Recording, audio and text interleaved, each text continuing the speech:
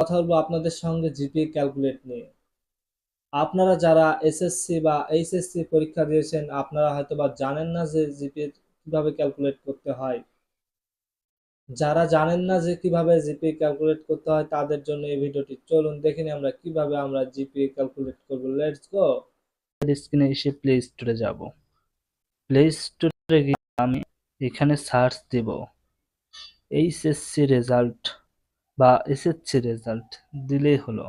SSC result 2026 দেওয়ার পরে SSC result 2026 এই অ্যাপসটি ইনস্টল করব।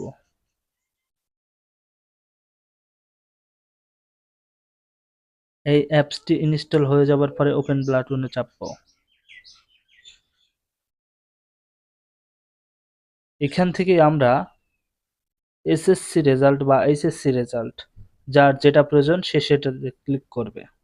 আমি এসএসসি দিয়ে দেখালাম আপনাদের। এখানে আসার পরে জিপিএ ক্যালকুলেটর এটাতে ক্লিক দিবেন। ক্লিক দেওয়ার পরে এই যে এখানে সবকিছু চলে এসেছে।